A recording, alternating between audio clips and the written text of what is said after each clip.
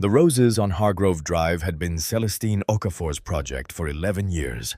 She had started them the summer after her husband passed, pressing the first bare root canes into the black Ohio soil with the careful, deliberate hands of a woman who needed something living to tend.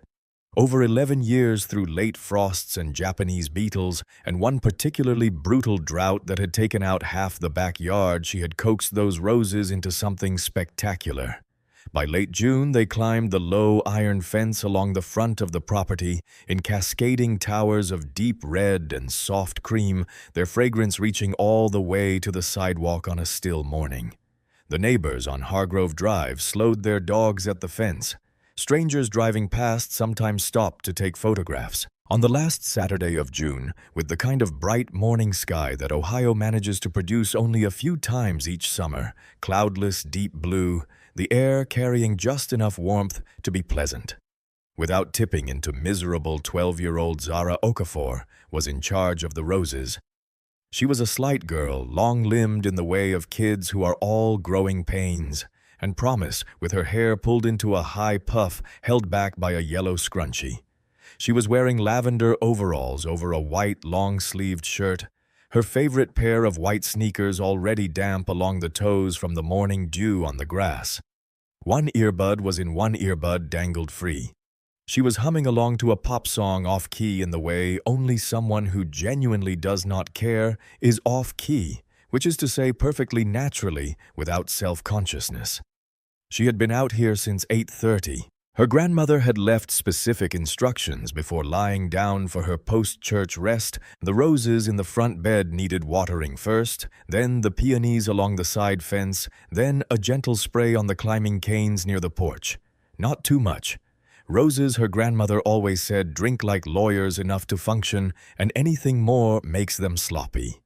Zara moved methodically from plant to plant, holding the green rubber watering can with both hands when it was full. One hand when she'd lightened the load enough. She had been coming to her grandmother's house on Saturday mornings for as long as she could remember. It was one of the fixed points of her week. Her mother worked long hours at the county courthouse and her grandmother's house. This particular house on this particular street, with its tall oaks and its cobblestone driveway, and the slight creak of the porch swing, was the closest thing Zara had ever had to a world that was entirely her own. The neighborhood of Millbrook Heights was the kind of place that made deliberate choices about what it showed the world. The streets were wide and tree-lined, the driveways swept and immaculate. The homes ranged from substantial to genuinely impressive, with the kind of landscaping that required professional care. Celestine's house at 914 Hargrove Drive sat in the middle of the block, a 3-story colonial that she and her late husband had bought 30 years ago when the price had seemed impossible, and the neighbors had stared, and the real estate agent had been visibly surprised they could qualify for the mortgage.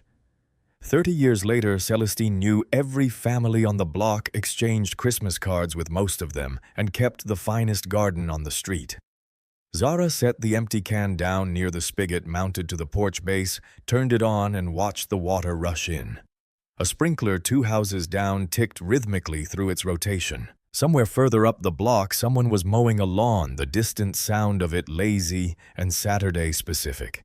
A woman she vaguely recognized walked a cream-colored retriever past on the sidewalk, and the dog paused at the fence to sniff at the roses, and the woman gently pulled him onward, smiling at Zara as she passed. Zara smiled back, adjusted her earbud, and picked up the full watering can.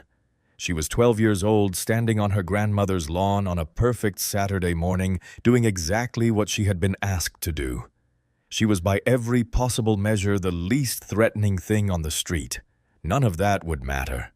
He didn't even finish his sandwich before he decided she was a problem. Officer Craig Whitfield had been a patrolman with the Millbrook Heights Police Department for 17 years, and he was going to die a patrolman with the Millbrook Heights Police Department, and he knew it, and the knowledge had curdled inside him into something that was equal parts grievance, entitlement, and barely managed fury.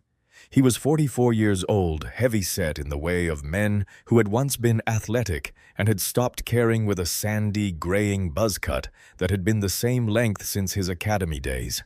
He had been passed over for sergeant 3 times. By the 3rd time, he had stopped explaining it to himself at all and simply absorbed the rejection into the general reservoir of contempt in which he held the department's leadership, the city administration, the community relations board, and what he referred to privately and to selected colleagues as the changing of the old neighborhood. 5 excessive force complaints in 17 years. In any functional accountability structure, 5 complaints would have ended his career after the 2nd. But the Millbrook Heights PD operated under a supervisory culture shaped for 2 decades by Sergeant Ray Pruitt, who believed with the conviction of a man who has never been genuinely challenged that protecting officers from civilian complaints was the foundational duty of good management. Each of Whitfield's 5 complaints had been reviewed by Pruitt. Each had been dismissed.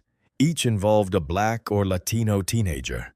None of the families had the resources to pursue civil litigation after a dismissal. The pattern accumulated invisible inside a personnel file that no one outside the precinct had ever requested. What Pruitt didn't know, what neither of them knew, was that 14 months ago the Franklin County DA's office had flagged a sealed civil settlement from Millbrook Heights, a juvenile Taser incident, a non-disclosure agreement, a $180,000 payout that someone in the DA's Civil Review Division had tagged and forwarded upstairs with a single sticky note attached. Looks like a pattern. Worth watching. The file that note had created was thin. It sat in a drawer in a corner office on the 4th floor of the Franklin County Courthouse. That drawer belonged to Nadine Okafor. None of this was known to Craig Whitfield as he sat in his cruiser in the dead-end cul-de-sac, 3 blocks from Celestine's house, a half-finished gas station sandwich on the passenger seat beside him, watching the Saturday morning traffic trickle past. He wasn't responding to anything. There was nothing to respond to. He was doing what he did in quiet moments. He was watching. He saw Zara from approximately 200 yards away when he made the turn from Elmwood onto Hargrove. A figure on the front lawn of 914 moving between the rose beds. He slowed the cruiser without thinking about it.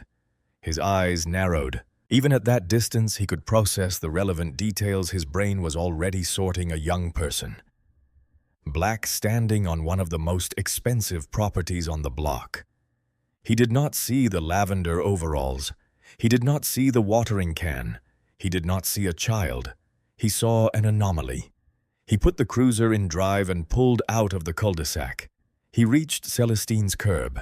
He pulled in with his lights off, not a traffic stop, not a lights and sirens approach, just a quiet, deliberate parking of a police cruiser at the edge of someone's property. He unbuckled his seatbelt. His right hand dropped briefly to the butt of his service weapon, a habit he'd had since the academy meant to announce the presence of lethal force before a single word was spoken. He got out of the car. Across the street in the 2nd-floor bedroom of 917 Hargrove Drive, 63-year-old Eleanor Voss had been awake for an hour. She was a retired middle school history teacher, a creature of routine. She had her morning coffee at the window because the light was good there and she liked to watch the neighborhood come alive. She had been watching Celestine's garden for years. When the police cruiser pulled to the curb, she set her coffee down. She watched it park.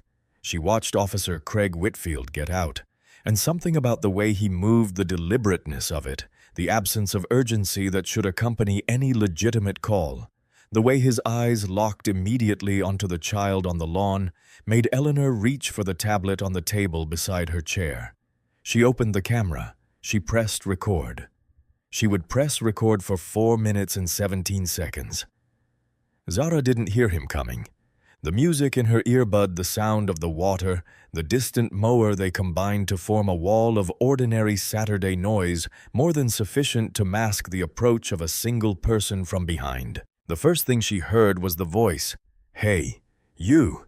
It was loud in the way that voices are loud when they are designed to startle, a sharp, hard sound, deployed as a command rather than a greeting. Zara felt it in her sternum before she processed the words. She flinched. The arc of water from the watering can swung sideways across the roses. She pulled the earbud from her left ear, the music dying abruptly, replaced by the full sound of the morning. She turned around. The officer was closer than she'd expected. He had moved up the driveway without slowing. He was perhaps 15 feet away, and he had not stopped moving. He was a large man, broad through the shoulders, the utility belt on his waist bristling with equipment.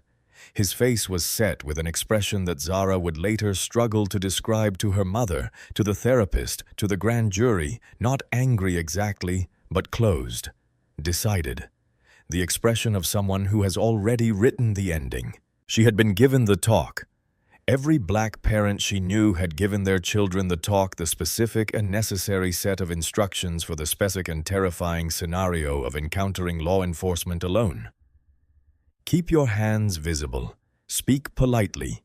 Do not argue. Do not move quickly. Say yes, sir, and no, sir. She knew all of this. She was 12, and she knew all of this, and knowing all of this did not prevent the spike of cold fear that went through her when she took in the officer's expression and the position of his right hand and the certainty with which he was approaching her on her grandmother's property. "Good morning, sir," Zara said. Her voice was polite and only slightly unsteady. She held the watering can in her right hand, the handle gripped naturally at her side. Whitfield didn't return the greeting. He looked at her the way someone looks at a problem they're deciding how to solve.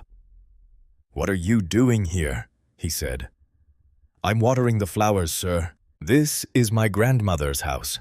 Whitfield's eyes moved from her face to the watering can, to the lawn behind her, to the house, performing a slow, deliberate survey that was less about gathering information than about establishing terms. He took another 2 steps forward. He was now approximately 10 feet away, standing in a wide, aggressive stance. "You have any ID on you?" Zara blinked. She was 12 years old. She was standing on a residential lawn in lavender overalls watering rose bushes on a Saturday morning. "I'm 12, sir. I don't carry ID." "Put that down." Whitfield said, his eyes going to the watering can's brass nozzle. "Sir." Zara's voice went up slightly. She looked at the can, then back at Whitfield. "I'm just watering. I was asked to—" I said, "Put it down. On the ground." Slowly. Zara's hands began to shake. She was trying very hard to control them, and the harder she tried, the more her hands shook. She bent forward slightly to lower the can toward the ground. "Don't move quickly." The snap in his voice was a physical thing. Zara froze with the can at hip height. Her shoulder tensed with the sudden shout, and she pulled back slightly, a pure, involuntary reflex, the kind of flinch response hardwired into every living creature that has ever encountered a sudden, loud sound. Whitfield's right hand moved, not to his firearm, to the bright yellow taser on his left hip. He unholstered it in a single practiced motion and leveled it directly at the center of Zara's chest. Zara stared at the barrel. Her mouth opened. She had time to say one word. "Please." Whitfield pulled the trigger. The sound the taser made was a sharp, flat crack compressed nitrogen, releasing 2 barbed darts on thin copper wires, and then the wires went taut and the circuit completed and the world ended for Zara Okafor. The 2 barbed darts struck her in the collarbone and the left shoulder. The barbs were designed to pierce clothing and embed in skin, and they did. There was a moment, a fraction of a second of nothing, and then every muscle in Zara's body contracted at once. She did not scream. Her vocal cords seized along with everything else. What came out of her was a sound that was not quite language, and not quite crying, a guttural, helpless exhalation that carried in it the pure, unfiltered shock of a body overwhelmed. The watering can dropped from her fingers and hit the lawn. She tipped backward. Not the way people fall when they lose their footing, not the catching stumble. The arms-out windmill of a person trying to recover balance. She fell the way a tree falls when its base is cut straight with terrible velocity, no adjustment. She went backward into the rose bushes. The canes cracked under her. The blooms that Celestine had tended for 11 years were crushed beneath her back. She hit the ground and the electrical current continued. Whitfield held the trigger. He stood over the child, convulsing in the destroyed rosebed, with his body language broadcasting nothing that could be called distress or hesitation. He looked like a man who had completed a task. After the first 5-second cycle ended and Zara lay still, except for the uncontrolled tremoring, Whitfield pressed the trigger a second time. The second cycle, Zara already down, already non-mobile, already zero threat by any measure of any use of force standard ever written. Whitfield delivered the second charge. Across the street, Eleanor Voss made an involuntary sound behind her tablet and pressed herself closer to the window glass. She was still recording. Her hands were shaking. She kept recording. The front door of 914 Hargrove Drive opened. Celestine stood on the porch in her house robe and slippers, awoken by the crack and her granddaughter's cry. She moved toward the steps. "Get back inside," Whitfield said, swinging toward her. Flat. Controlled. The voice of someone who has decided they are in charge of this property and everything that happens on it. Celestine stopped on the top step. She looked at her granddaughter in the rose bed. Her hands gripped the railing. Whitfield reached for his shoulder radio. "Dispatch Unit 9. Suspect down, non-lethal deployed, 914 Hargrove Drive. Suspect was combative and non-compliant. Requesting EMS and backup." He paused, the language of his report already forming with the practiced ease of a man who has written these sentences before. Potential weapons secured. He looked at the green watering can lying on its side in the grass, water draining out of the spout into the soil. Then he looked at Zara, who had gone still in the destroyed rosebed, the copper wires still running from her collarbone and shoulder to the taser in his hand. He holstered the taser. He did not go to her.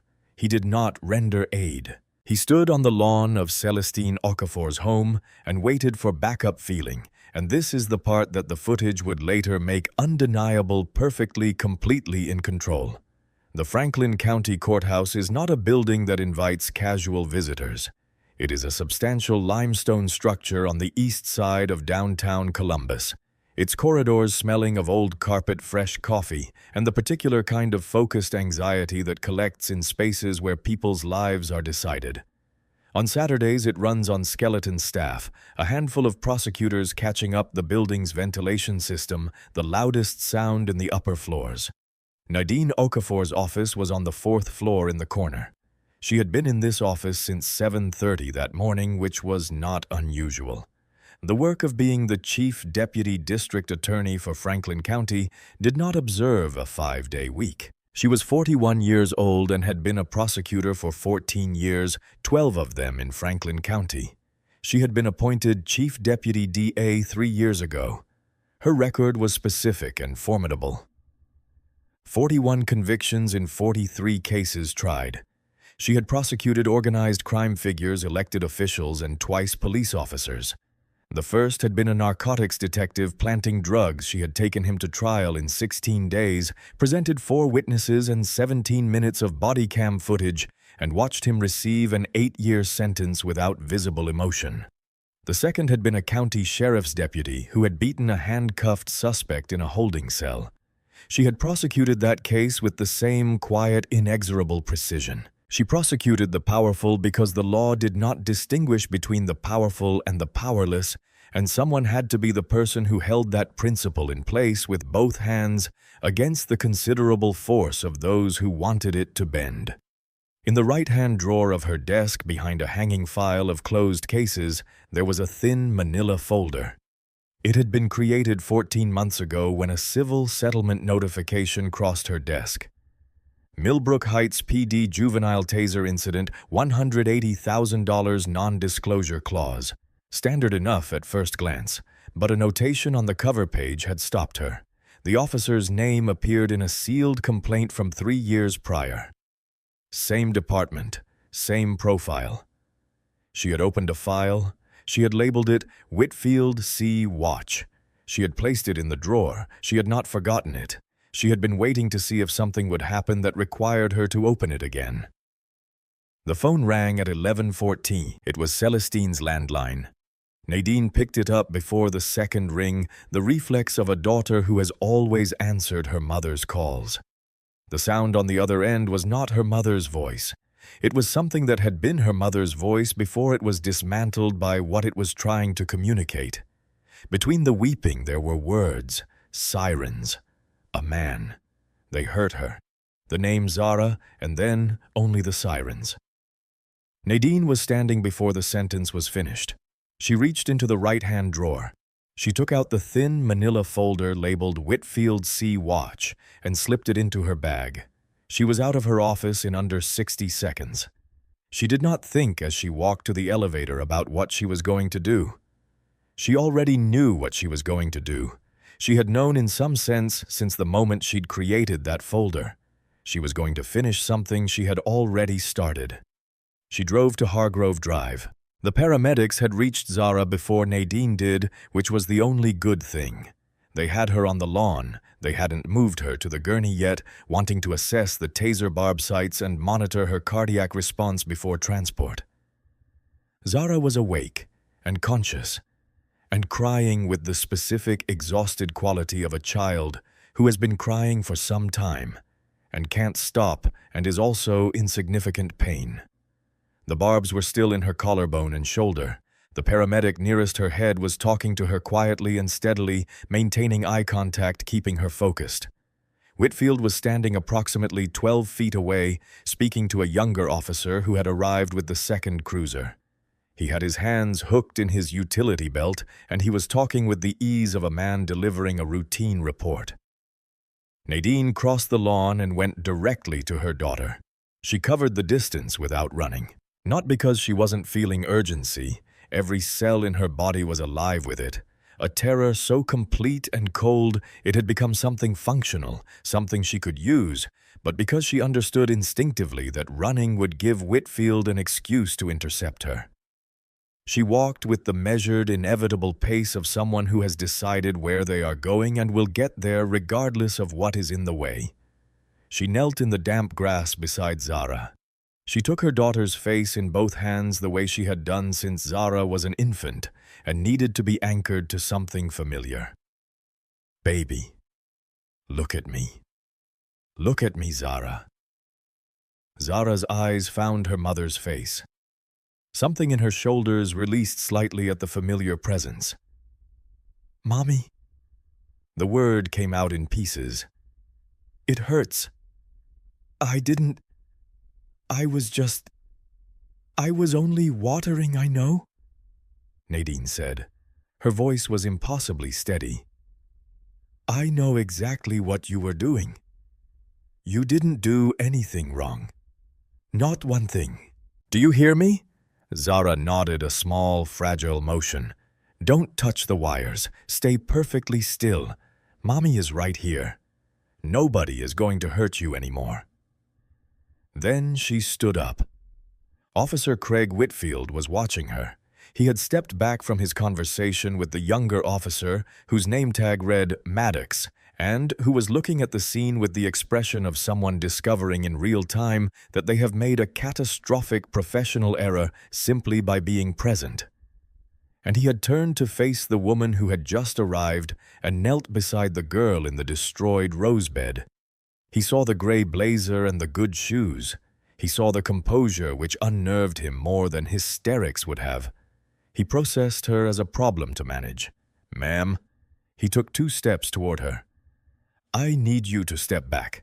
This is an active police scene.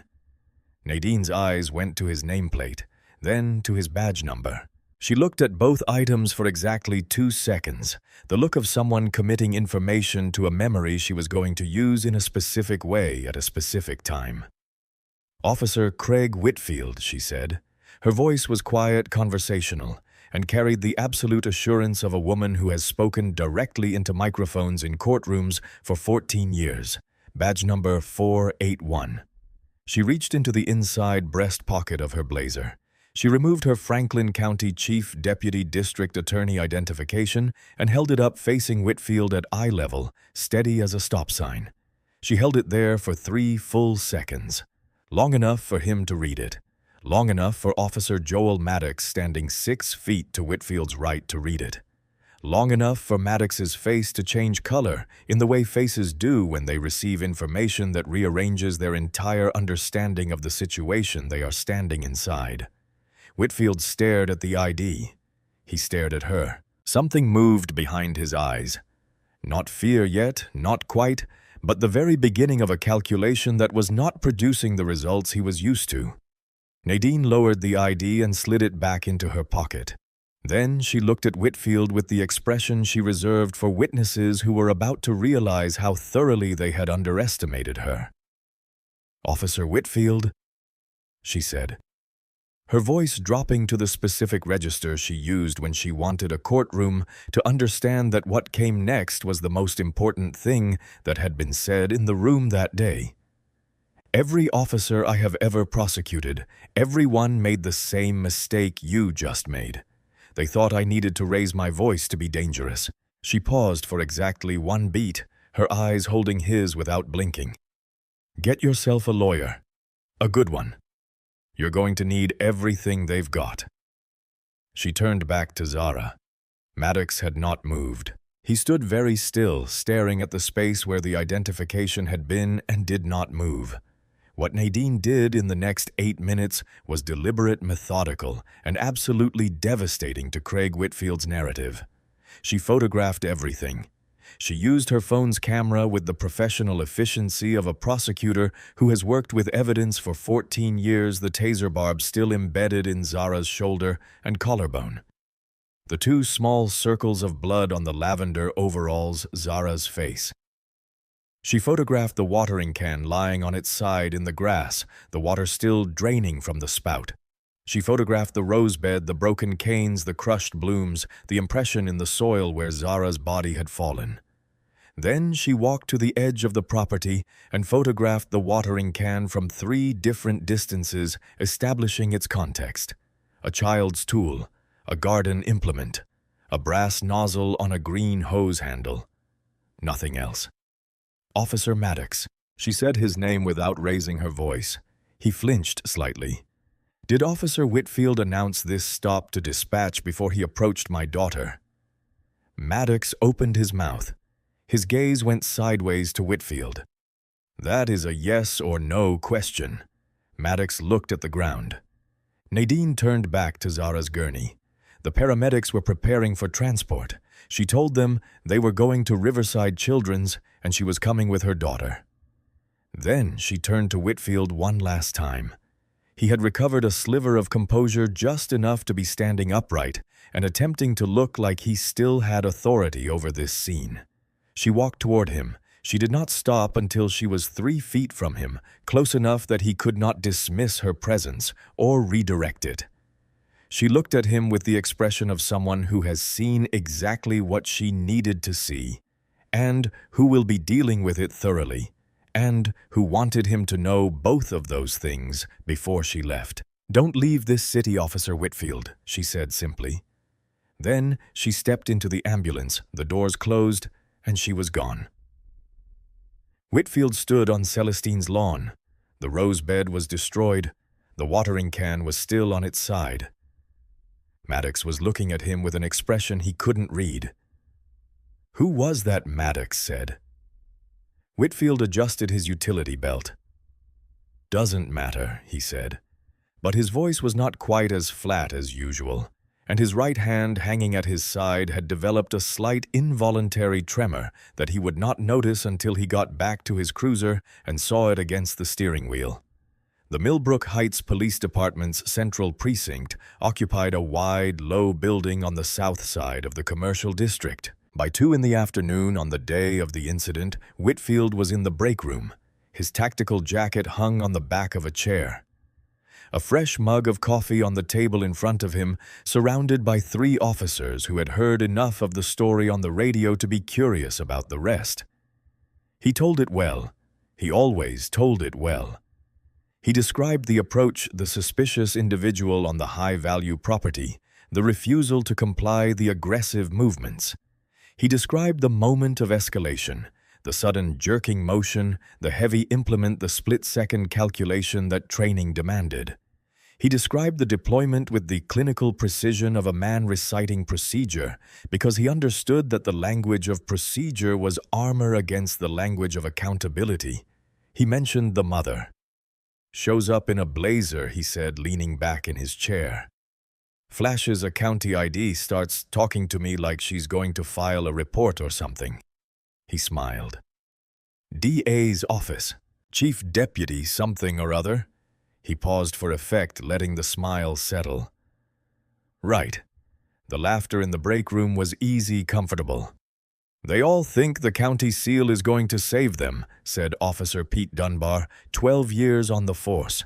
"Complaints go to—" "I.O.," said Grasso. "I.A. is Pruitt. Pruitt is us," Whitfield said simply. "Always has been."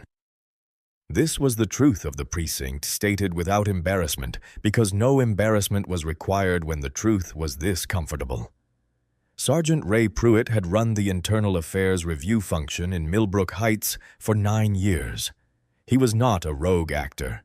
He was a feature of the arrangement, a specific, deliberate choice made by people who preferred that officers felt protected over people who felt protected by officers. Whitfield had filed 5 excessive force reports in 17 years. Pruitt had dismissed all 5. They had not discussed this arrangement explicitly because explicit discussion was unnecessary. It was the water they both swam in. Joel Maddox was sitting at the far end of the break room table. He had a cup of coffee in front of him that he had not touched. He was looking at the table. He said nothing. Nobody was asking him anything. He was thinking about the identification. He was thinking about the way the woman had held it up, the way she had said the words, the way Whitfield had looked at it and then looked away and then said, "Doesn't matter," in a voice that meant it did. He said nothing. He turned his coffee cup around in his hands. At 3:15 that afternoon, Sergeant Ray Pruitt pulled up the body camera footage from Whitfield's device in his office with the door closed. The footage began at 10:52 and 14 seconds. It showed the lawn. It showed Zara already down in the rosebed, the taser wires still attached her body, completing the final tremors of the second charge. It showed Whitfield holstering the taser. It showed Celestine appearing in the doorway. It did not show the approach. It did not show the conversation. It did not show Whitfield's hand going to the taser before Zara turned around. It did not show the moment of deployment. It did not show Zara's body falling. It did not show the second trigger pull. The gap was 14 seconds at the start of the recorded footage. Pruitt leaned back in his chair and looked at the ceiling. He had seen this before twice in Whitfield's career alone. He opened the precinct's body camera management system and navigated to Whitfield's device log. He located the activation record 10:52:14. His fingers moved to the keyboard. He changed it.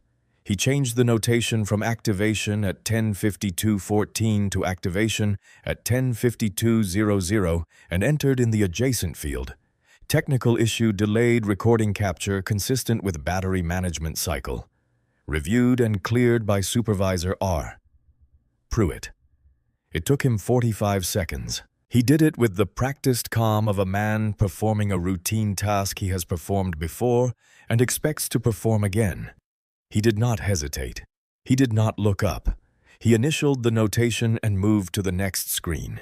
He did not look at the metadata file embedded in Whitfield's body camera's original activation record, a secondary digital log created automatically by the device's firmware, separate from the management system's visible interface, accessible only to someone who knew to look for it and had the technical clearance to pull it. No one had ever looked for it. In 9 years of Pruitt's oversight, no one had ever needed to. He co-signed the incident report Whitfield submitted at 4 p.m. The report described Zara as a juvenile suspect female, approximately 5 feet 2, non-compliant, with lawful officer commands, exhibiting aggressive behavior, and brandishing a heavy metal implement in a threatening manner. It did not mention that the heavy metal implement was a watering can. It did not specify Zara's age in the narrative section. It described the Taser deployment as a single deployment in response to an imminent threat to officer safety. There was no mention of a second trigger pull. Pruitt initialed the bottom of each page and filed it. At 9:17, Hargrove Drive Eleanor Voss had emailed the full 4-minute 17-second video from her tablet to her daughter, to her personal cloud storage, and to a second personal cloud storage she maintained on a different service. Just good sense, she would later tell a grand jury given the times we live in. She had also transferred it to the external hard drive she kept in her desk drawer for important files. She had done all of this by 2 in the afternoon. She was a retired history teacher. She understood the concept of primary sources. She had not yet called anyone official. She was waiting as she told her daughter on the phone that evening to see how they were going to try to tell it. Riverside Children's Hospital's cardiac monitoring ward had walls painted the particular pale yellow that someone had once decided was soothing to children. The room they gave Zara was private. Nadine had requested this, and the hospital had provided it without discussion because there was something in Nadine's face when she asked for things that communicated she was not asking. Zara was in the bed connected to a cardiac monitor and IV in her arm. The 2 barb sites had been cleaned and dressed. The collarbone wound had required 2 stitches, the shoulder wound 3. Her heart rhythm had been irregular for the first hour and had settled into a normal sinus pattern by early afternoon. She was in pain. She was tired in the complete bone-deep way of a person whose body has been through something it was not designed to survive. Celestine sat in the chair beside the bed holding Zara's hand. She had not let go since she arrived. Zara asked at one point in the late afternoon, when it was quiet, why the policeman had thought she was doing something wrong. Celestine didn't answer right away. She looked at her granddaughter's face, the eyes that were Nadine's eyes, the jaw that was her late husband's jaw, the expression of a 12-year-old who had encountered something that genuinely did not compute in the world as she had been taught it worked. Because he made a decision before he got out of his car, Celestine said finally, and that is his failure, baby, not yours, not a single part of yours. In the hallway outside the room, Nadine was on her phone. First call Marcus Webb, her first assistant DA who answered on the second ring, heard 3 sentences and said without hesitation, I'm at the office in 40 minutes. What do you need grand jury motion for Monday? Full evidentiary package. And Marcus, the body cam footage has a 14-second gap at the start. I need you to initiate an evidence preservation demand before end of business today. The full device log, not the management system report.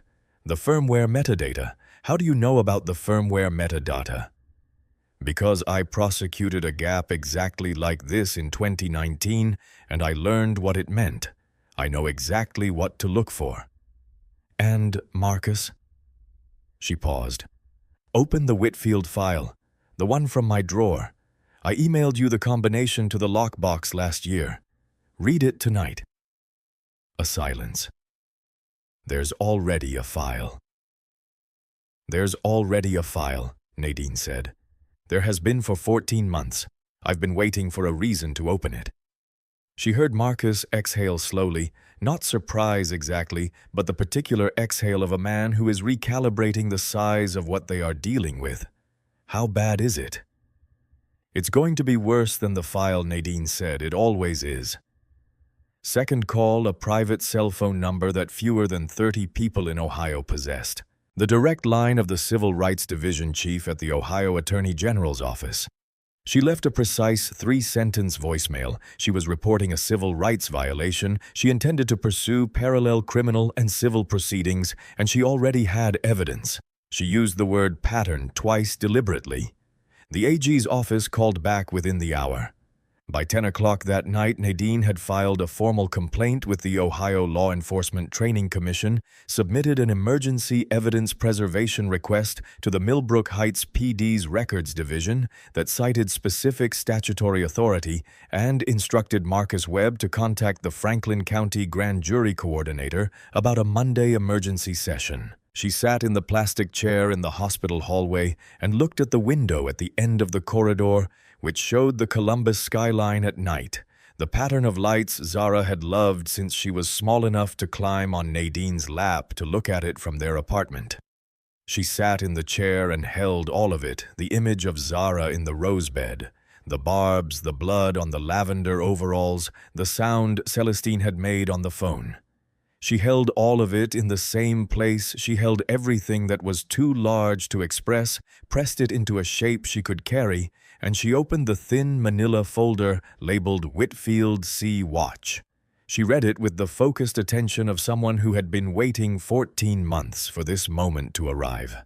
Then she added 3 pages of handwritten notes and kept working. The administrative leave began Sunday morning, and Whitfield treated it the way a man treats an unexpected vacation when he has no reason to believe the vacation will end badly. On Sunday, he slept until 9. He had a large breakfast. He watched 3 hours of baseball. On Monday, a friend had a backyard cookout, and Whitfield was there by 2 in the afternoon nursing a beer and telling the story again to a new audience. By now, the story had refined itself. In the telling had shed any detail that created friction and accumulated any detail that provided justification. The approach was proactive patrol. The watering can was a solid brass fixture heavy enough to cause serious injury.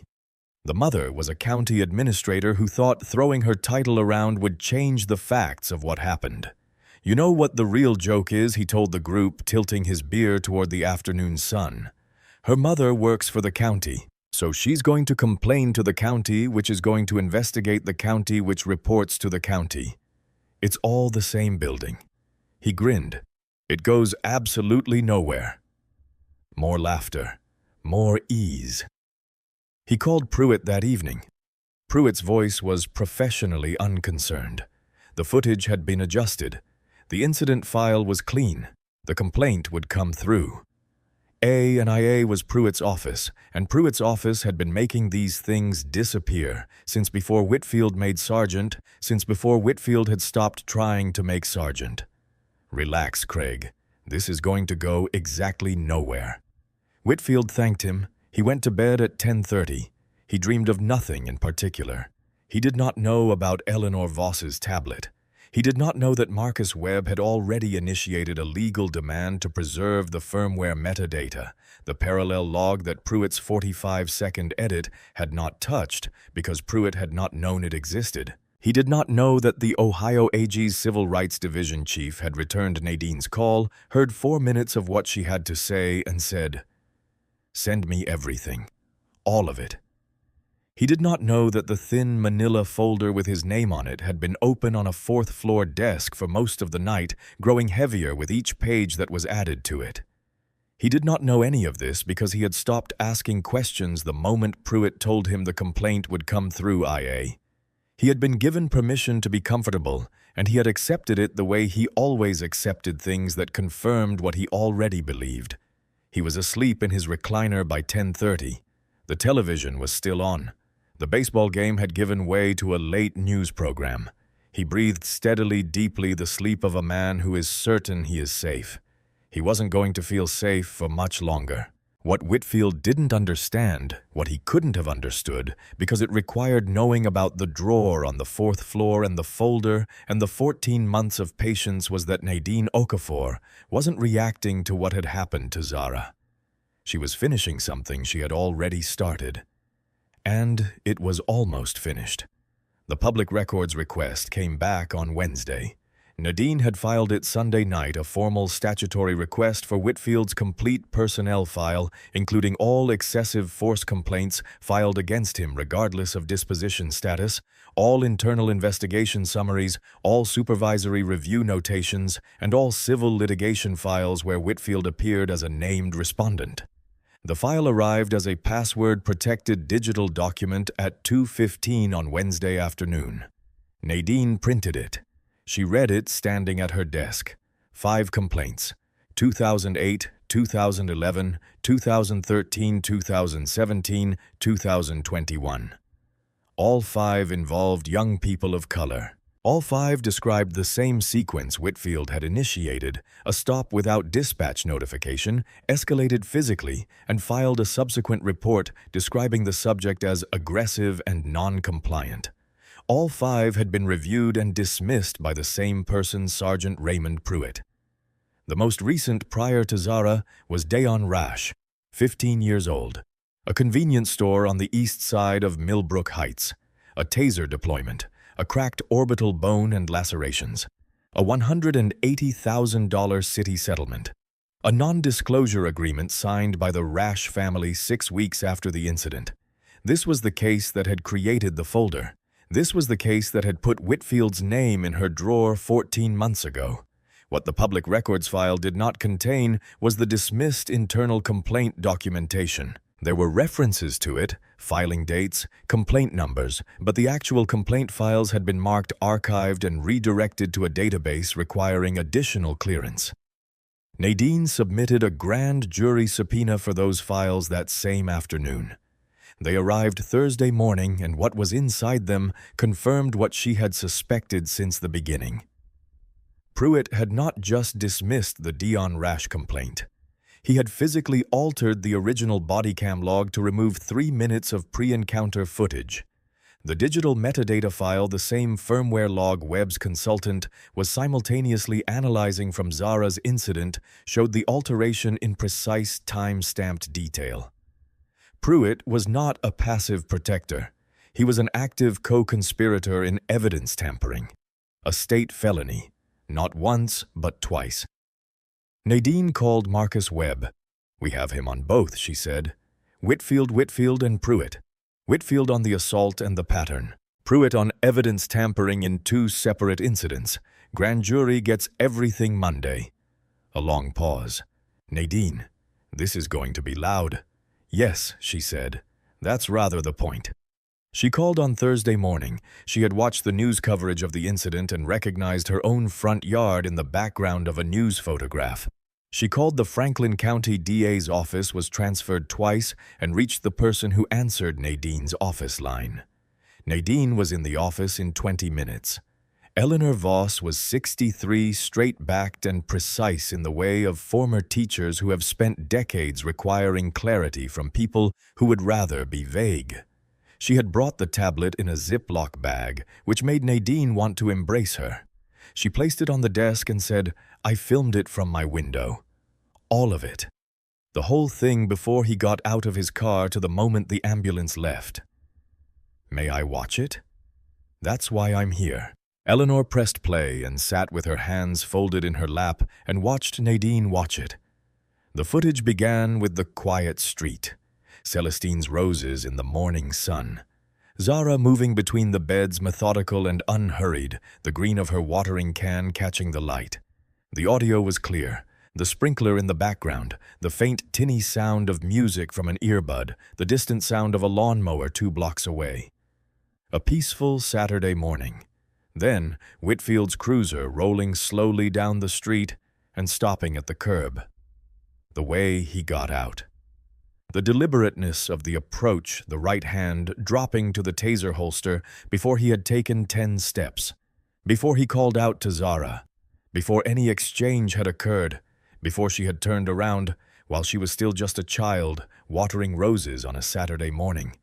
The crack of the deployment, Zara's fall into the rose bed, the copper wires catching on the canes, and then, clearly, audibly, unmistakably, the second trigger, pulled 3 full seconds after Zara had hit the ground and stopped moving. Whitfield standing over her, Whitfield reaching for his radio. The footage ran for 4 minutes and 17 seconds. When it ended, Nadine sat very still for a moment, long enough for Eleanor to wonder if she should say something. Then Nadine reached across the desk, picked up her pen, and wrote 1 sentence on her legal pad. She underlined it once. She circled it. She set the pen down. She looked at Eleanor Voss. The position of his hand, Nadine said quietly, before she turns around. "I know," Eleanor said. "This footage shows him reaching for the taser before there was any behavior to respond to, before any interaction, before anything." She paused. This is premeditation dressed as protocol. I know, Eleanor said again. Nadine asked her to email the file to the grand jury evidence address and 2 backup addresses. Eleanor did this from her tablet, sitting in the chair with the focused efficiency of a woman who has been doing important things carefully for 63 years. As Eleanor stood to leave, she paused at the door. "The girl," she said. "Zara, is she going to be all right?" Nadine looked at her with something that was not quite a smile, and not quite anything else, the expression of a mother who has decided something absolutely and completely, and doesn't need to say it out loud. "Yes," Nadine said, "she is. Don Sherwood called on Friday morning. He was the head of the Millbrook Heights Police Benevolent Association, and he had a voice calibrated over 11 years to communicate 2 things simultaneously: the warmth of a man who wants to be reasonable, and the weight of an institution that can make your professional life significantly more complicated. He laid out the framework. Whitfield would accept a 30-day unpaid suspension, mandatory de-escalation training. The city would offer a private settlement to the Okafor family. He didn't specify an amount, but used the words substantial and fair, which in Nadine's experience typically meant something calculated to be attractive enough to settle the matter without setting a precedent. All criminal complaints would be withdrawn as part of the agreement. He finished. There was a silence. "No," Nadine said. "Counselor, I want to be clear about what we're offering. I heard what you're offering. The answer is no. If this goes to trial—" "It is going to trial," Nadine said. "There is going to be a grand jury next week. There are going to be indictments. There is going to be a criminal trial. And there is going to be a civil proceeding that will cost this city more than anything it has paid out in the last decade. The only question before us is whether your association participates in a process that might limit your exposure, or whether you're fully present for everything that happens when I walk into that courtroom. We will depose your daughter." Sherwood said, his warmth cooled now. "We will argue the watering can's nozzle constitutes a heavy, blunt implement under the reasonable officer standard, Mr. Sherwood." Her voice did not rise. It went the other direction, quieter, slower, more precise. "I would like you to call me back after you have reviewed the footage taken by the neighbor across the street. 4 minutes and 17 seconds. Specifically the moment 3 minutes and 52 seconds in, when Officer Whitfield's hand moves to his taser. She has not turned around yet. She has not spoken yet. She has not made any movement whatsoever. His hand moves before any of that." She paused. "Then call me back and tell me how you plan to argue the reasonable officer standard to a jury that has seen a grown man reach for a weapon before a 12-year-old girl even knows he's there." She hung up. She did not hear from Sherwood again before the indictments. The Franklin County Grand Jury convened at 8:45 on Tuesday morning, 4 days after Zara was discharged from Riverside Children's with 2 small bandaged wounds on her shoulder and a cardiac clearance note in her file. Nadine brought everything. Eleanor Voss's tablet footage, which played on a monitor in the secure conference room, while 23 grand jurors watched in silence. The firmware metadata report from the digital forensics consultant, which established with technical precision the timestamp alteration Pruitt had made to the visible log, the 45-second edit down to the keystroke. The unsealed internal complaint files for all 5 of Whitfield's previous excessive force incidents, the Dion Rash settlement documents, and the internal complaint dismissal signed by Pruitt with the altered body cam log from the Rash incident attached. The medical examiner's preliminary report establishing that the second taser deployment had been delivered after the subject's movement had ceased and could not be justified by any use of force standard. She presented for 3 hours and 40 minutes. The grand jury did not deliberate long. Against Whitfield, 3 indictments: aggravated assault of a minor, a Class 2 felony; deprivation of civil rights under color of law; official misconduct for the knowingly false incident report. Against Pruitt, 2 indictments: evidence tampering; conspiracy to obstruct a civil rights investigation. Both indictments were sealed for 48 hours. The warrants were timed and executed simultaneously to prevent either man from warning the other. On Thursday morning at 6:45, Craig Whitfield opened the front door of his house in his bathrobe, holding a mug of coffee, and found two Franklin County Sheriff's deputies and an Ohio AG's investigator on his front steps. He looked at them. He saw the uniforms. He saw the investigator's badge. His mouth opened to begin the standard automatic protest. "There's been a mistake. I'm on administrative leave. You need to call the department." And then one of the deputies held up the arrest warrant. She held it so the name of the filing attorney was clearly visible at the bottom of the first page. Filed by N. Okafor, Chief Deputy District Attorney, Franklin County. Whitfield stared at that name. The mug in his right hand tilted without him noticing. Coffee dripped onto the porch boards. His wife's voice came from somewhere inside the house asking who was at the door. He did not answer her. He was reading the name again, processing it, trying to reconcile it with the calculation Pruitt had given him. It goes nowhere. "Craig, it's all the same building and understanding in a way that moved through him, not like a thought, but like a physical sensation, starting in his chest and spreading outward, that it had not gone nowhere. That it had gone with devastating precision exactly where it needed to go. His knees did not buckle. He had that much left. But his face went through a sequence of changes that the deputy holding the warrant would later describe in her own incident notes as subject appeared first confused, then calculating. Then, when he read the filing attorney's name a second time, something close to afraid. The mug slipped entirely. It shattered on the porch boards. "Turn around, please," the deputy said. "Hands behind your back." Whitfield turned around. At the Millbrook Heights precinct parking lot at the same moment, Sergeant Ray Pruitt walked from his car toward the rear entrance and found 3 people waiting for him. He had his travel mug in one hand and his keycard in the other. He did not resist. He simply stopped walking, looked at the people in front of him, and stood very still for a long moment, his face cycling through recognition, calculation, and finally, a gray, settled understanding of the kind that arrives when a person realizes completely and without possibility of revision that the particular arrangement they have spent years protecting has ended. He put his travel mug down on the hood of his car. He put his hands behind his back. Don Sherwood arrived at the county lockup by 8:30. He met Whitfield in a consultation room. Whitfield was in a paper jumpsuit. They had taken his clothes for processing, and he looked like a man who has had the foundational assumptions of his existence removed at speed. The ease of the cookout, the comfort of the break room retelling all of it was gone. What remained was exposed and hollow. Sherwood read through the indictment summary twice. He turned pages with the methodical calm of a man building a diagnosis. With each page turned, the diagnosis became clearer. The footage, the firmware metadata, Pruitt, who had been arrested simultaneously and who was, according to Sherwood's contact inside the AG's office, already asking about cooperation. He put the papers down. He looked at Whitfield.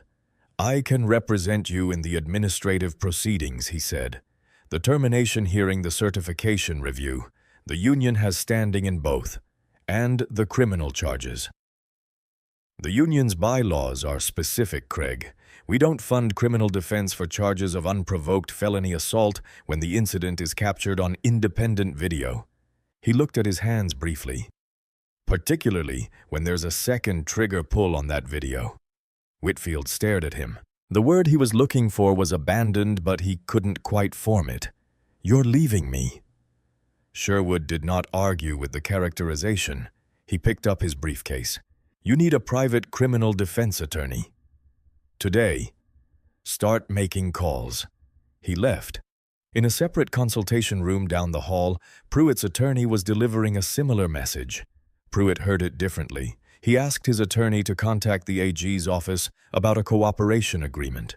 He sat with his hands on the metal table and looked at the wall and did the mathematics of a man who has spent 26 years protecting his own position and understands with the clear-eyed precision of long practice exactly when a position is no longer protectable. By noon Thursday, Pruitt had a meeting scheduled with the AG's Civil Rights Division. Joel Maddox called the AG's office voluntarily at 2:15 that afternoon. He sat in his car in the precinct parking lot and dialed the number he had looked up on his phone and gave his name and badge number and said he wanted to provide a sworn statement regarding the morning of June the 28th. He had been thinking about it since the morning it happened. He had been thinking about the identification and the words "doesn't matter" delivered in a voice that meant it did. He had been thinking about the watering can lying on its side in the grass and a 12-year-old girl being asked for ID. He drove downtown. He told everything he had seen. The blue wall of silence does not fall all at once. It fractures at the edges. First, the people with the most to lose and the least complicity find the calculation simple, and then progressively inward until the center is standing alone in the rubble of what it spent years building. By Thursday evening, the wall in Millbrook Heights was rubble all the way through. 6 months passed between the indictments and the opening of the trial. 6 months in which Zara had nightmares and therapy and a slow, uneven return to something like herself.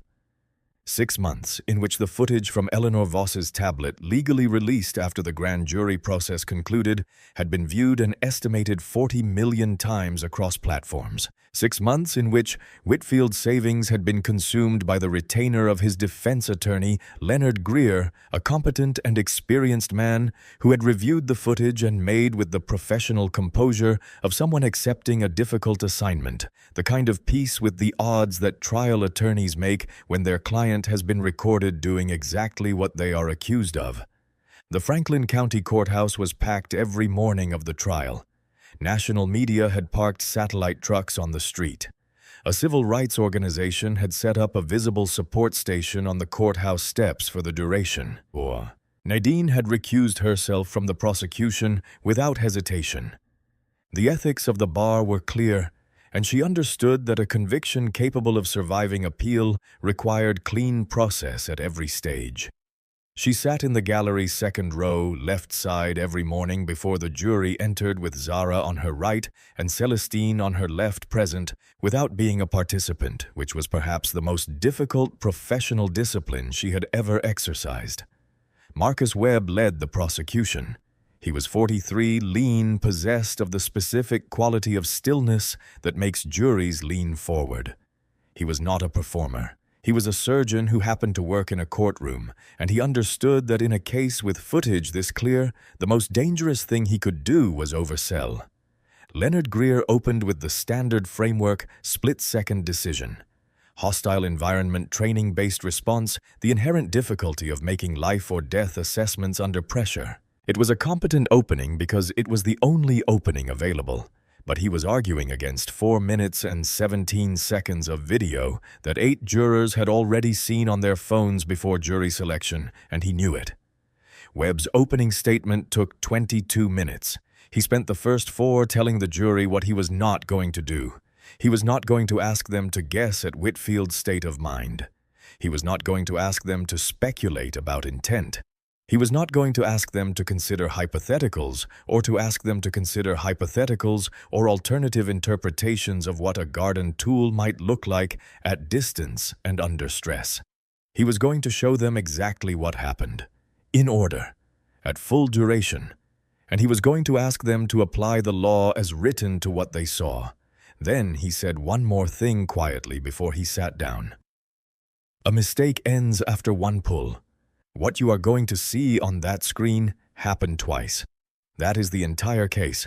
Eleanor Voss took the stand on day 2. She was composed and precise and answered every question in the clear, measured sentences of a woman who spent decades requiring clarity from people who preferred vagueness.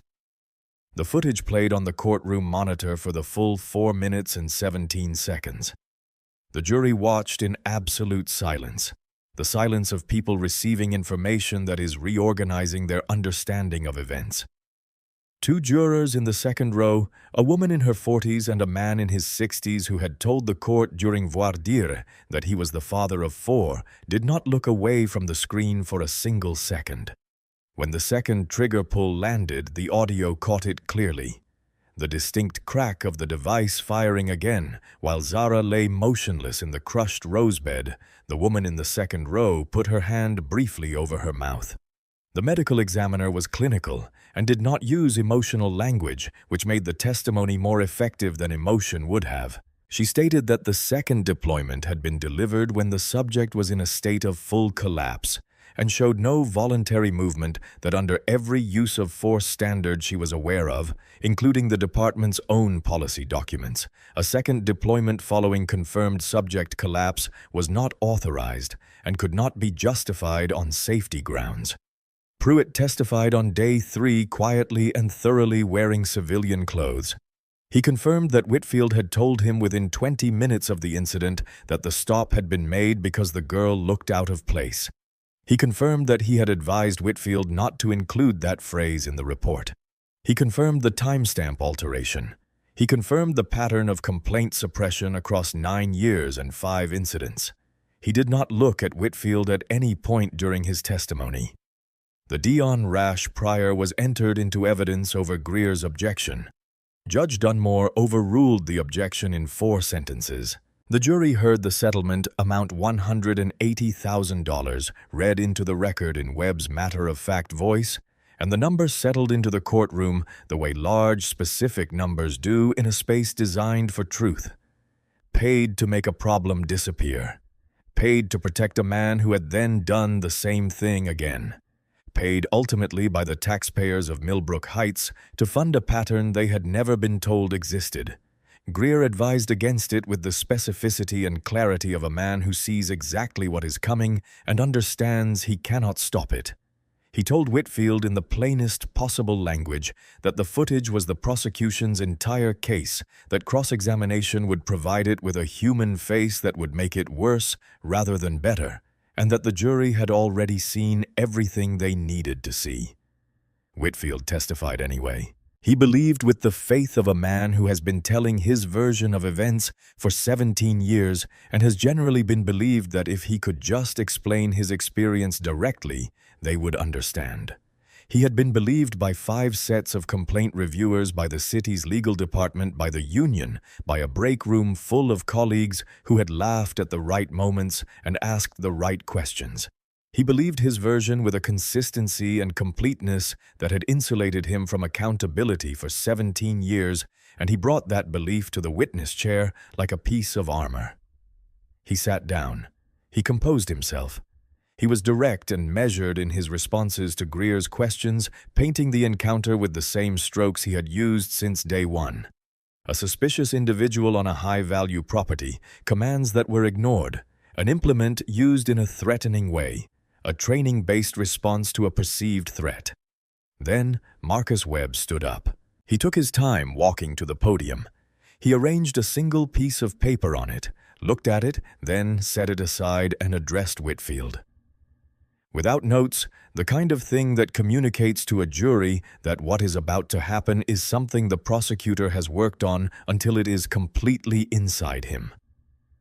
"Officer Whitfield," he said, "you testified that you stopped at 914 Hargrove Drive because you observed a suspicious individual on a high-value property.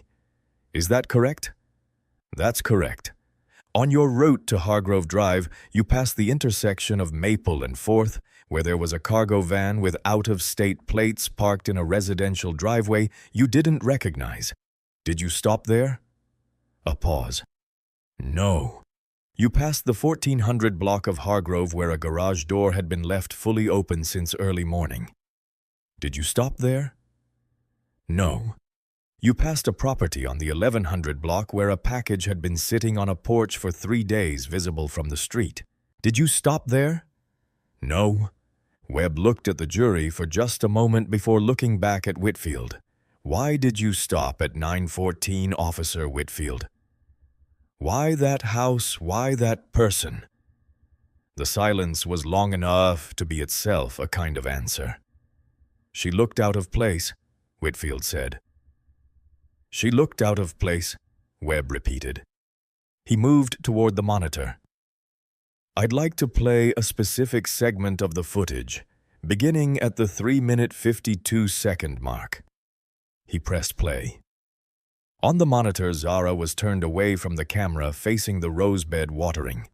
Whitfield's cruiser was visible pulling to the curb.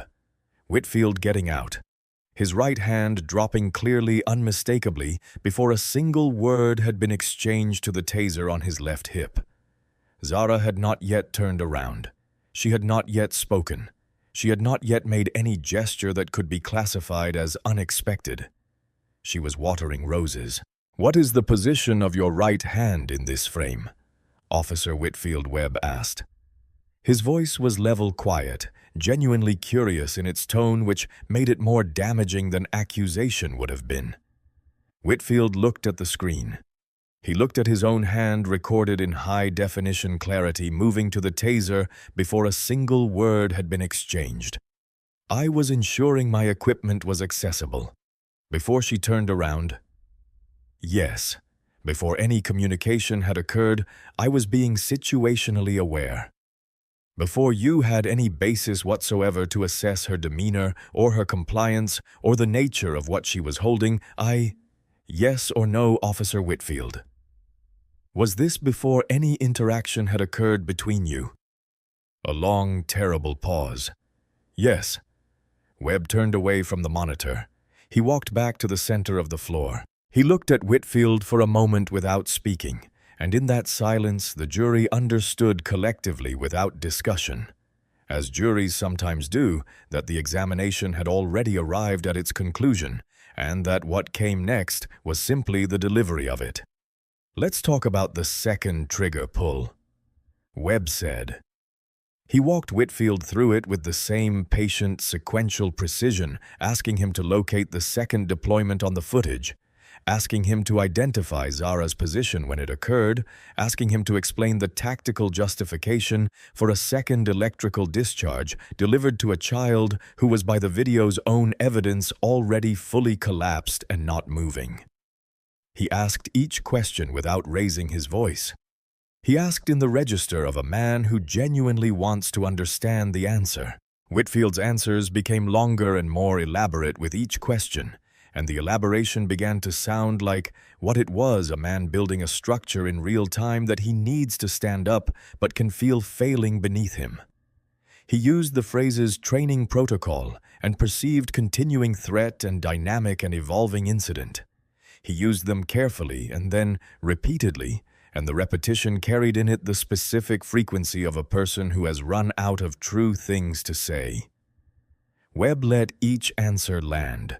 He let the silence after each answer sit for a beat longer than was comfortable. He did not pounce, did not perform triumph. He simply let the answers exist in the room, alongside the footage that was paused on the monitor, alongside the knowledge shared now by every person in the courtroom of what the footage showed. Then he asked the last question.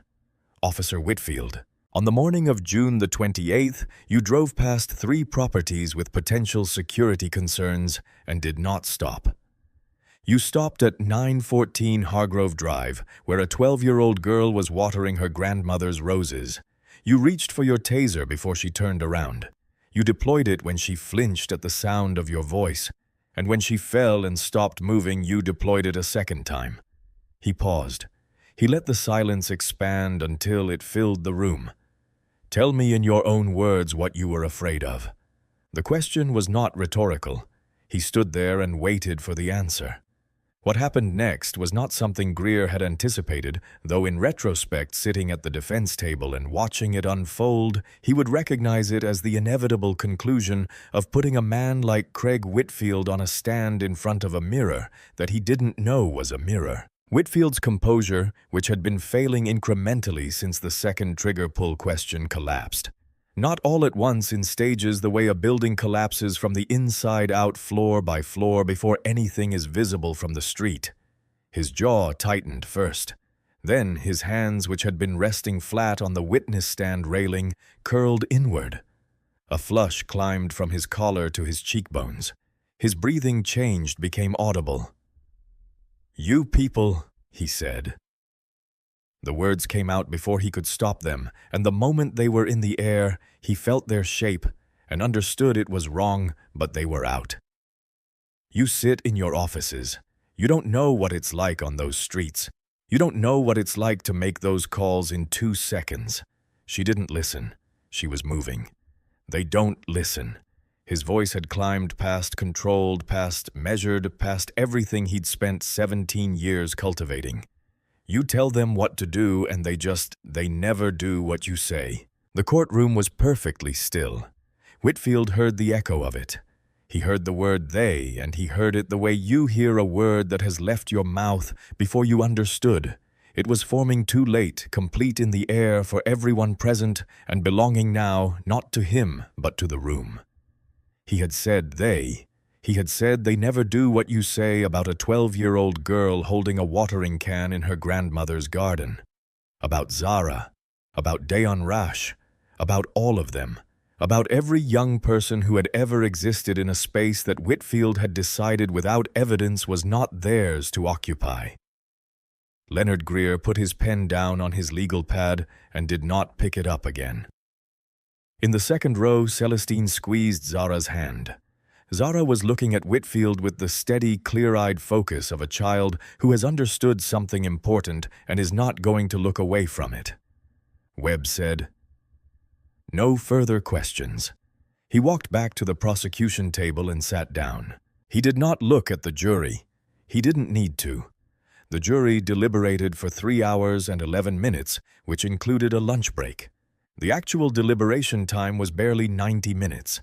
It was the time required to verify that everyone in the room had arrived at the same place to walk through the charges formally and to sign the paperwork.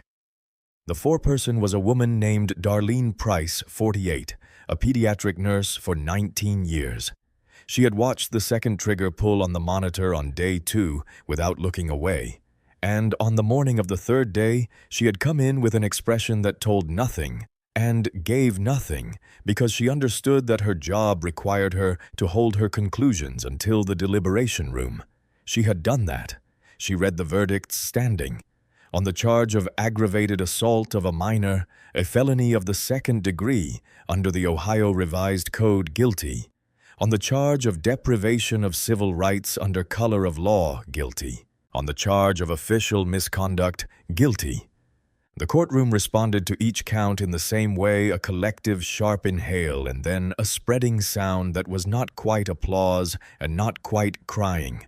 Something between those two things that carried in it the long accumulated weight of people who had been waiting for something to be true and had just heard it confirmed. Craig Whitfield went blank. Not the blankness of calm, the blankness of a man whose model of the world has just collided with reality at high speed and has not yet processed what the wreckage means. He sat in his chair with his hands flat on the table and stared at the wall, and his face showed nothing because there was nothing left in the immediate moment to show. In the second row, Nadine closed the legal pad that had been open on her knee throughout the trial. She placed her pen in her blazer pocket. She turned to Zara. Zara looked back at her mother. Between them was the understanding of two people who have been through the same thing from different angles and have arrived together at the other side of it. Neither of them spoke. Neither of them needed to. Celestine on Zara's other side bowed her head briefly and was very still in the way of a woman who is praying or something close enough to prayer that the distinction doesn't matter. Judge Patricia Dunmore did not wait for a separate sentencing date. She had reviewed the pre-sentencing report and made her assessment. She announced that sentencing would proceed immediately following the verdict. She was 61 years old with gray hair and reading glasses on a chain around her neck, and the unhurried authority of someone who has spent 30 years in this room and understands its weight precisely. She had sat on 23 cases involving law enforcement defendants in her career. She had sentenced 4 of them to prison. She looked at Whitfield for a long time before she spoke. He was standing as required, his hands folded in front of him. The height, the physical presence that had been so central to his method for 17 years was present in a purely physical sense, but had lost its effect entirely. He was just a man in a suit in a courtroom being looked at by a judge who had decided something. "Mr. Whitfield." She began, her voice carrying with the particular resonance of a space designed for exactly this kind of speech. I want you to understand what you did. Not in the language of charges or statutes in plain language, because I believe you deserve the clarity I would give any defendant in this room. She paused. On a Saturday morning in June, you drove past a 12-year-old girl standing on her grandmother's lawn with a watering can. You reached for your taser before she turned around, before she could have threatened you, before she could have done anything at all. Because of what she looked like and where she was standing, and because 17 years of unchecked certainty had made you believe that some people's presence in certain spaces requires your intervention regardless of what those people are actually doing. Whitfield stared at the edge of the bench above the judge's hands. You deployed your weapon on that child while she was begging you to stop. And then, when she had already fallen and was no longer moving, you deployed it again. Judge Dunmore's voice did not rise. It went the other direction, quieter, slower, more weighted. There is no training manual on earth that authorizes a second trigger pull on a collapsed, motionless child. None. What authorized it was the same thing that authorized the stop in the first place, the unexamined conviction that your judgment is final and your authority is absolute, and the people you encounter on these streets exist at your discretion. She removed her reading glasses from the chain and set them on the bench. Dayon Rash was 15. Zara Okafor is 12. They were children in the places where children are allowed to exist, a sidewalk, a grandmother's garden. You found them suspicious not because of what they were doing, but because of who they were. And you used the authority of this state to act on that finding, and this court will not pretend otherwise. She looked at him steadily. You are sentenced to 11 years in the Ohio State Correctional System general population at a facility to be determined by the Department of Rehabilitation and Correction.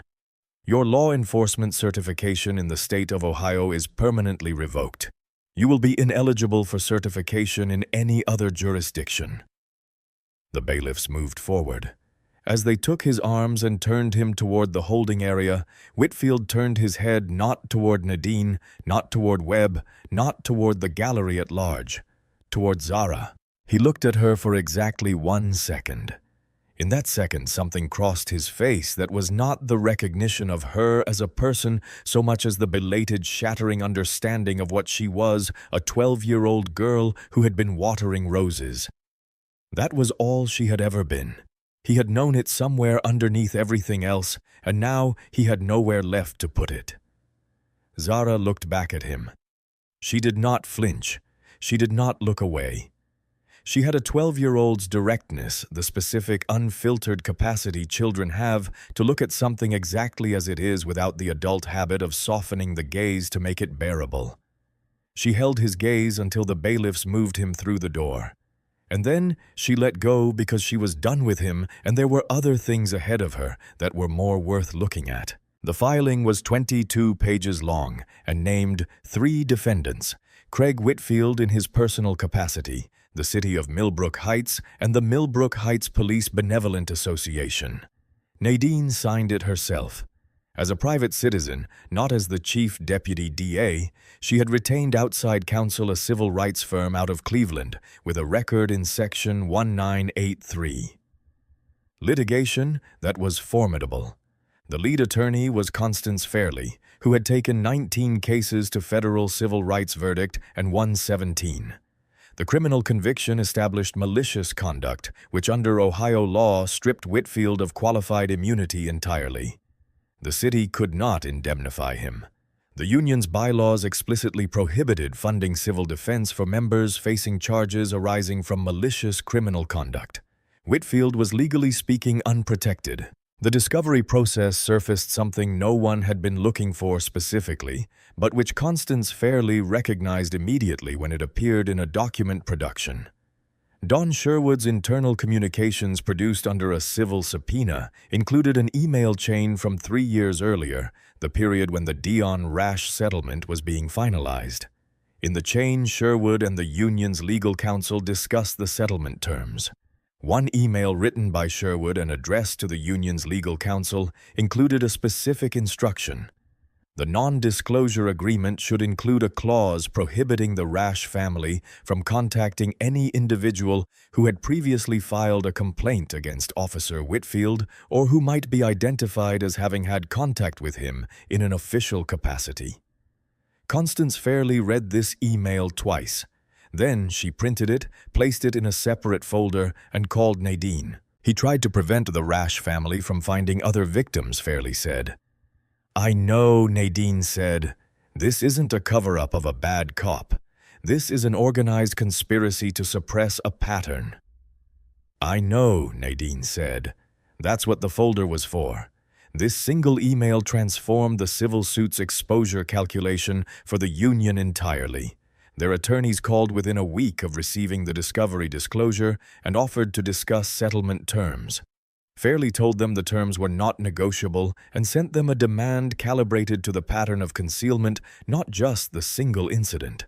The union settled rather than go to trial.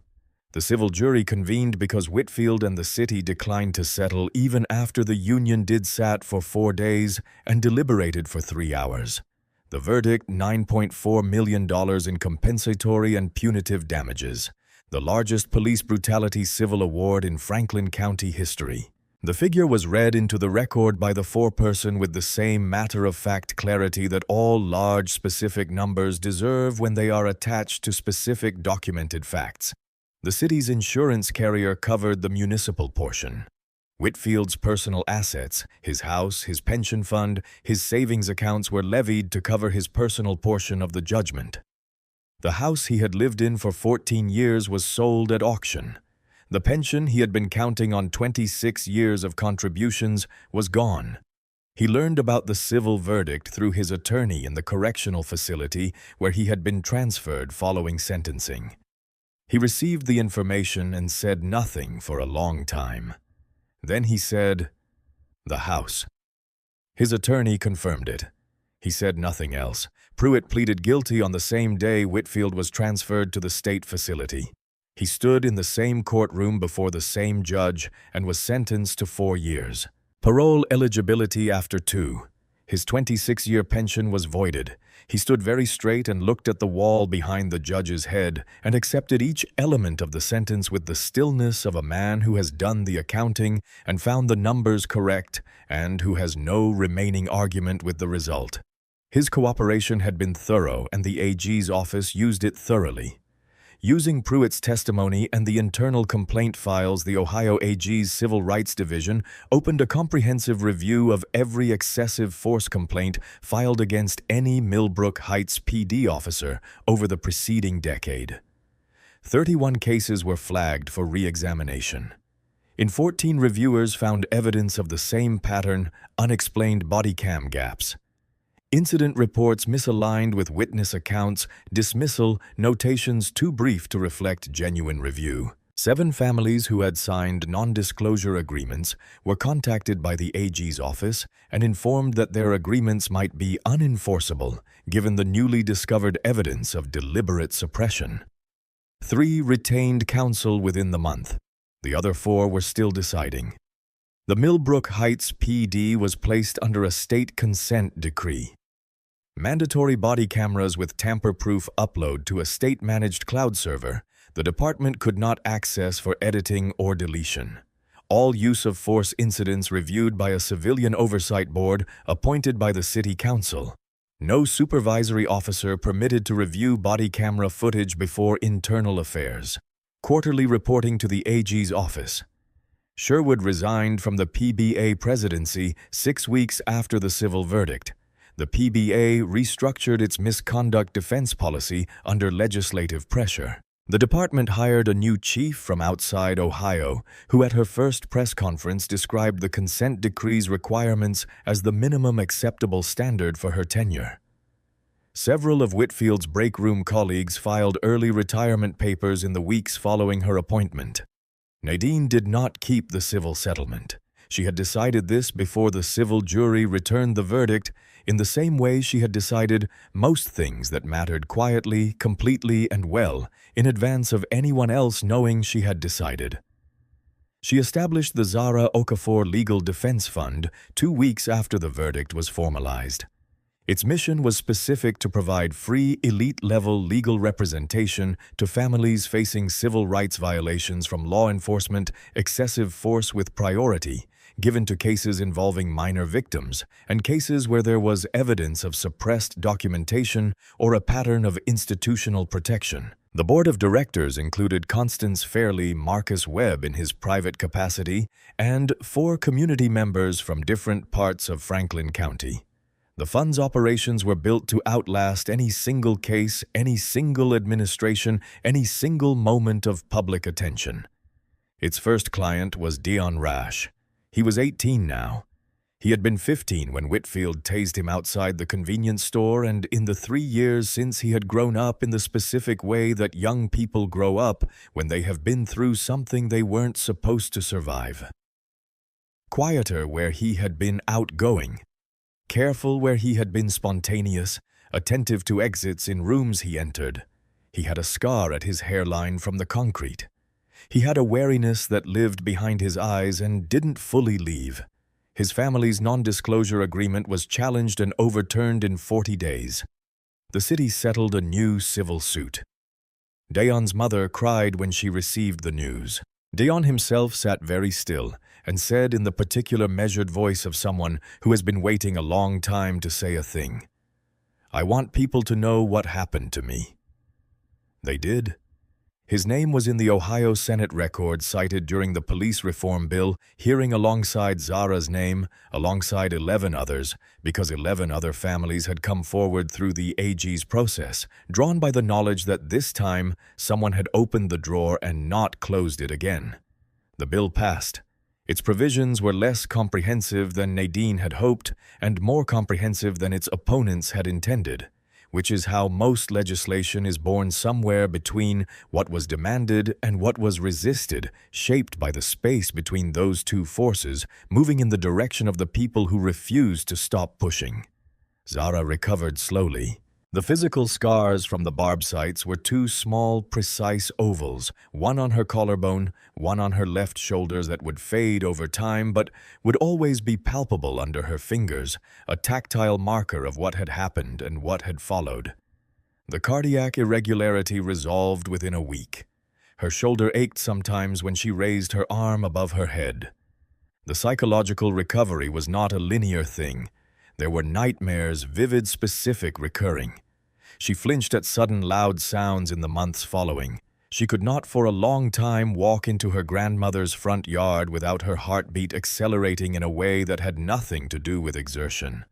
She had a therapist named Dr. Amara, a pediatric trauma specialist who met with her every Thursday and who understood something important about what Zara needed, which was not to be told that everything was okay, but to be given the tools to believe that she would become someone for whom this was a chapter, not the whole story. She wrote the essay in March, 9 months after the incident. Her English teacher, Mrs. Okonkwo, had submitted her for a state writing competition, without telling her which was the kind of thing teachers sometimes do when they recognize something in a student's work that the student has not yet recognized in themselves. The essay was called What the Garden Teaches. It was 700 words, which is short for what it contained. It talked about her grandmother's roses, the specific satisfaction of tending something patient, and living the way caring for a growing thing connects you to time in a way that most activities do not. It talked about June the 28th in plain and honest language, without drama or performance. And it talked about the way the roses had come back, the way Celestine had. That fall carefully trimmed the damaged canes and fed the roots and waited, and the way the following spring the blooms had returned fuller than before, undeterred by what had happened to them. The essay won the competition. Mrs. Okonkwo submitted it without telling Zara to the Ohio Senate Education Committee, convening hearings on the police reform bill. A senator from Central Ohio read it into the Senate record in its entirety. Zara was not in the chamber when this happened. She was in school taking a pre-algebra test she was confident she had prepared for. Celestine's phone rang that afternoon with more calls than it usually received in a week. On a warm Saturday morning in May, 14 months after June the 28th, Nadine drove to Hargrove Drive for the regular Saturday visit she had made a point of attending as often as her schedule allowed. She parked in the driveway. She walked around to the back of her car and lifted from the trunk a flat of seedlings she had ordered online after careful research, a specific cultivar of climbing rose deep red with a cream-edged petal noted for its resilience in Ohio climates and its particularly rich fragrance. Zara was already on the front lawn when Nadine came around the side of the house. She was wearing jeans and a yellow sweatshirt and her good sneakers, and she had the green watering can in her right hand, and she had apparently been standing at the edge of the lawn for a few minutes already, just standing there looking at the roses that had come back in the front beds. She had been building up to this for weeks in the specific way you build up to something that your body has learned to associate with fear, when you understand that the only way to reclaim a thing is to go back to the place where it was taken and stand there until the fear becomes something smaller than you. She had talked to Dr. Amara about it. She had described the sequence of physical responses. She expected the acceleration of her heartbeat, the tightening across her shoulders, the shortened breath. Dr. Amara had listened and then said, "Describing what will happen is not the same as being controlled by it. You know what it will feel like. Go find out what comes after." Zara stood at the edge of the lawn. Her heart was beating fast. She breathed. Once, twice. She pressed her thumb over the mouth of the watering can the way her grandmother had taught her, creating a soft, controlled spray. She stepped onto the grass. She walked to the first rose bed and she began to water. The spray caught the morning light and scattered into individual droplets that were briefly, imperfectly, brilliantly refractive, each one carrying a small piece of the June sky, each one falling into the dark soil and the root systems and the slow, patient biology of something that had been damaged and had refused to stop growing. Nadine set the flat of seedlings down near the fence and sat on the porch steps and watched. Celestine appeared in the doorway behind her. She looked at the new seedlings. She looked at Zara on the lawn. She stood in the doorway with her hand on the frame, and she was quiet for a long moment. "I told you," she said. "Roses are stubborn." "You did," Nadine said. They watched Zara water. The morning was warm and blue and entirely ordinary, which was exactly what it was supposed to be. Somewhere down the block, a sprinkler began its rhythmic ticking. A dog barked twice and stopped. The fragrance of the roses reached the porch steps and settled around them, like something that had been here all along and was only now being noticed again. Zara worked her way down the front bed, methodical and unhurried, exactly as she had been taught.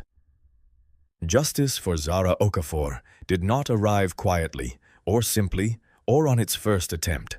It arrived through the accumulated work of a mother who had been keeping a file for 14 months, a neighbor who pressed record on a Saturday morning, a rookie officer who told the truth when telling the truth was professionally costly, and a grand jury that looked at 4 minutes and 17 seconds of footage and understood precisely what it was seeing. Craig Whitfield is now in his second year of an 11-year sentence in a cell that is smaller than the cruiser he drove down Hargrove Drive. He has lost his badge, his certification, his house, his pension, and his freedom. What he cannot recover, and this is the part that matters in a way that no sentence can fully capture, is the certainty he once carried into every shift. The unexamined absolute certainty that his judgment was final, that his presence in those streets was authority itself, that the people he encountered existed at his discretion. That certainty is gone. The world he patrolled as if it belonged to him did not belong to him. It never did. The Zara Okafor Legal Defense Fund has taken 19 cases in its first year. 7 have been resolved. 12 are pending. Dayon Rash is preparing to begin a criminal justice program at Columbus State. In an interview about the program, he was asked what he wanted to do with the degree. He said he wanted to be a prosecutor. He said a specific person had shown him what that word could mean when it was held by the right hands. He named Nadine Okafor.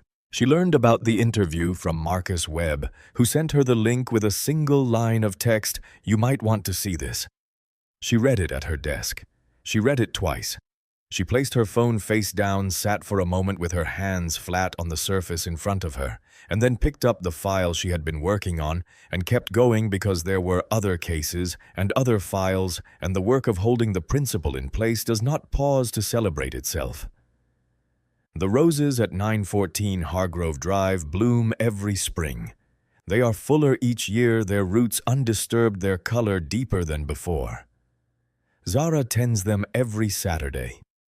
She is there, which is most Saturdays, because that lawn is where she has always been, most herself, standing in the morning light, with the fragrance of something her grandmother loved all around her, and the green watering can in her hands, and the whole ordinary, irreplaceable day ahead. She is not defined by 4 minutes and 17 seconds on a Saturday in June.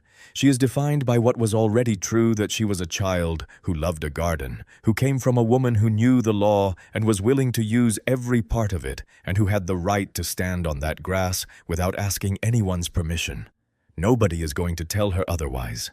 Nobody is going to try again. If this story moved you, please subscribe to our channel for more stories where truth cannot be buried and justice finds a way no matter how long it takes.